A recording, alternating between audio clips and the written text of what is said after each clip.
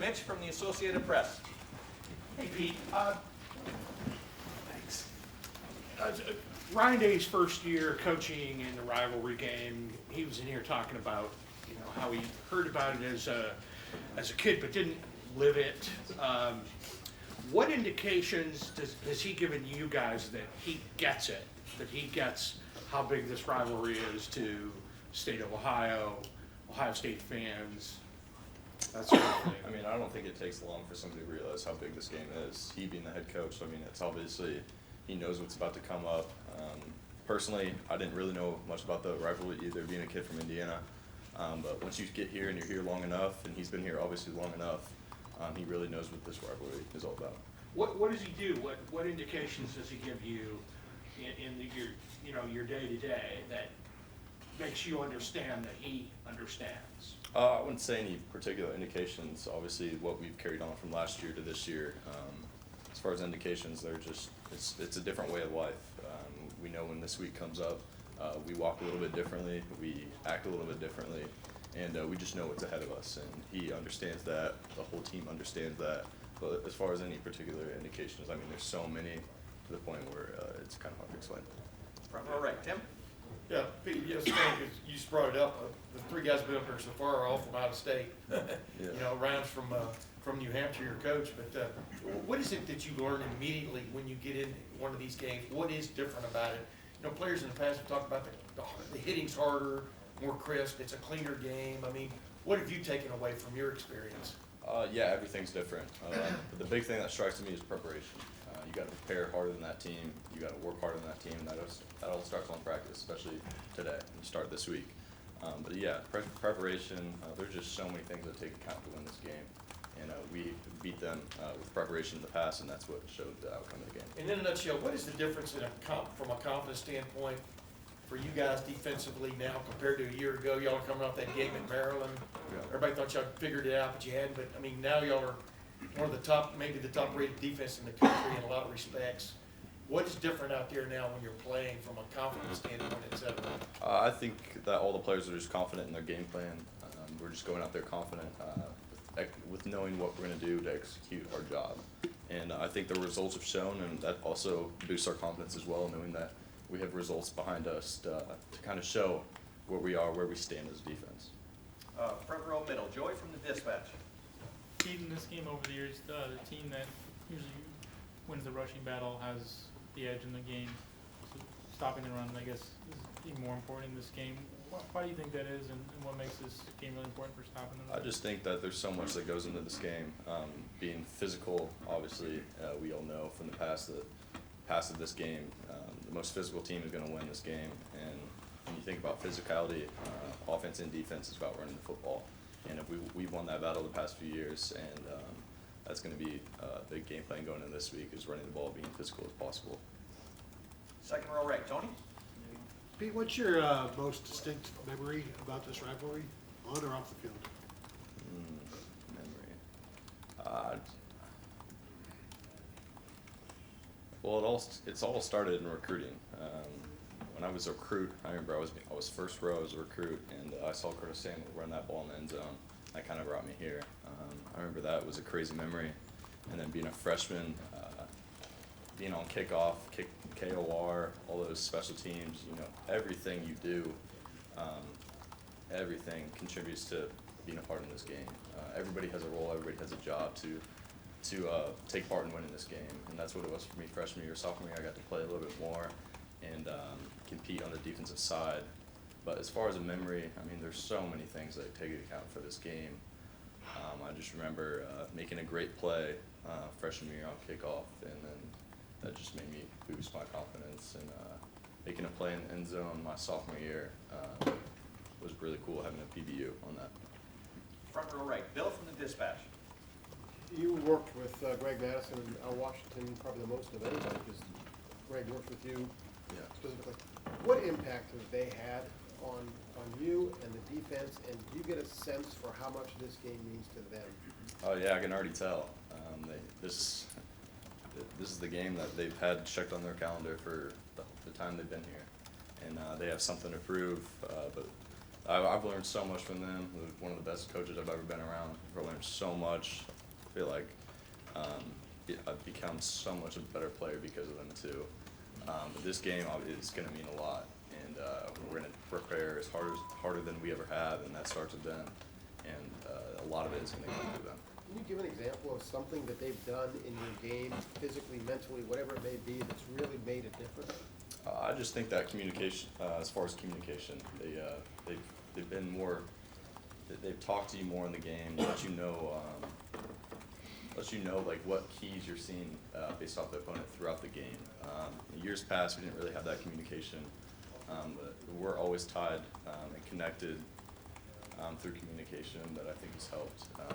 As far as Coach Washington, he's a guy that motivates you super well, and you're always on the edge of your seat in meetings with him. But just that intensity with both of them has kind of changed over, and it's helped a lot.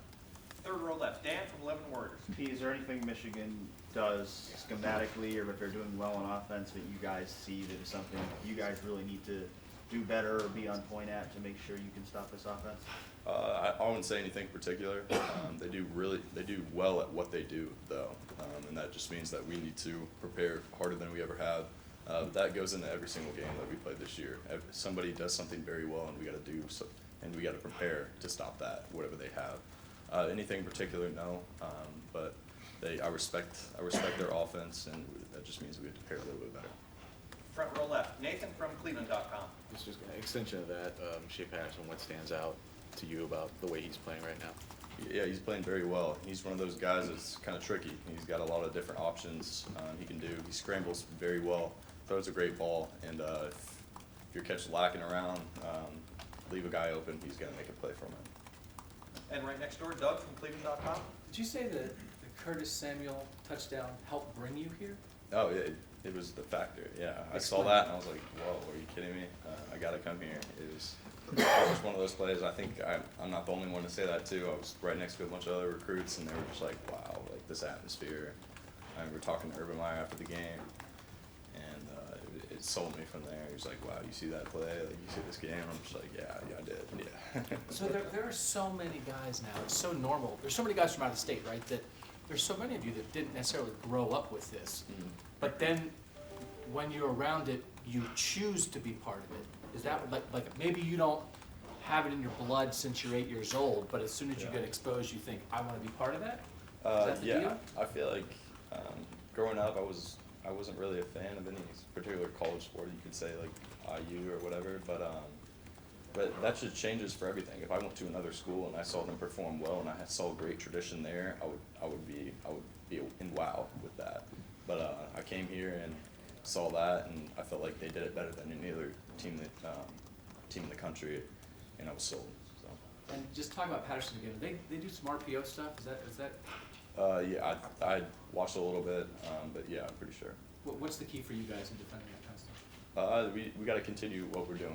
We've done well defending that the whole year. We just got to keep doing what we're doing, just improve a little bit better every day. Front row right, Austin from Letterman Row. Was Saturday the best you think you've played in your career here? Best I've played in my career. I think it was up there. Yeah, I had a big challenge going into the game, and I felt like I executed pretty well. But yeah, I would say it's up there. You referenced the PD last year in the game. You had a chance to do some of that again on Saturday. Those one-on-one matchups, what goes through your mind when you have those? What's allowed you to thrive in some of those scenarios? Well, I see some formations. I know the ball's coming to me, so I'm kind of twitched up. I know it's coming. So I see those, and I try to take advantage of that. Try to make the best play I can. So they'll get some, I'll get some. But yeah, I kind of know it before. But it's just a great feeling. Like you have that opportunity to make a play. Let's go do it. So that's how I felt. Over here to the right, Reiner from the Detroit Free Press. How would you describe the impact that Chase has had, and have you seen teams or even quarterbacks kind of adjust and speed up their delivery? Oh yeah, 100%. I feel like I hear quarterbacks talking in their head, oh, I got to get it out in a certain amount of seconds because I got him in front of me. And that's going to help me. It's going to help our whole defense because we have a threat like that in front of us. Chase later on and off the field, but it's just great to have a good guy like that with the ability to put so much pressure on the quarterback. Third row right, Aaron from M Live Media Group. A few weeks ago, or a few minutes ago, you just said Al Washington and Greg Madison had this game checked on their calendar. I can understand Greg Madison, or Al Washington's perspective, given his ties to Ohio State, but why do you think Greg Madison takes this game so seriously? I think they both take the game, all the coaches take the games equally amount of serious. You're talking about one of the best rivalry in all of sports. If I was a coach, I would take it very seriously too. Being a player, obviously just as much. But yeah, Coach Washington and Coach Madison, yeah, they take this game is, like I said, marked on their calendar. It's very serious to them. Second row left, Stephen from Cleveland.com. Last two questions. Along the lines of last week is Pitt. When you're like as the guy who's guarding tight ends in most of these games, I guess like what's the conversation when you're playing a team who uses the tight ends like Penn State does, or even Michigan does, or Atlanta does? What's like is there a number of what like a good day looks like when you're defending on like that? A number of receptions versus like yards. I wouldn't say there's a particular number. Just if you're playing as the best you can and you limit them to a certain amount of plays or a certain amount of snaps or balls completed or anything in that sort, you consider that doing well or playing well. And that seemed like it was the case last week. And final questions. Second row left, Bill from The Athletic. Pete, the PBU you were talking about last year, where's that rank on your personal highlight reel, and what did it mean, especially at that juncture in the game, to make a play like that? Is that something that, I don't know, pushed you forward in your career at all, making that kind of play? Yeah, it was definitely one of my top plays that I consider, especially at the time in the game. They were getting that momentum, having that play to stop that I think led them to a field goal or something. I'm pretty sure. It made me feel really good. Kind of boosted my confidence. Kind of boosted the motivation for the whole defensive side as they were gaining that momentum. The highlight reel, I thought it was pretty cool at the time, especially when I hear loud atmosphere behind me.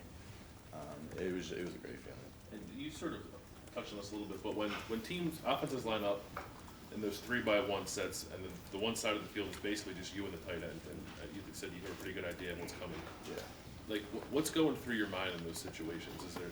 I don't like, do you feel pressure? Are you excited? Like, it's basically one-on-one. Sometimes you might have Jordan behind you, but you know, if they're trying to isolate you, and you got to make a play. Yeah, well, that 3-1-1 set, that's the only time it's happened the whole year. So the first time I ever saw that was in that game right there. So I walk out, I see it, and if somebody's isolating me, I know what's coming. But excited, something you could say that. I just know that I'm gonna have to make a play here to help with the situation our defense is in. Hey, let me ask one quickie. On that, before the Curtis Samuel run, did the refs get the spot right from your bench? I don't know if I can have a comment on that, but the position I was in, they did get it right, yeah. Pete, thank you very much.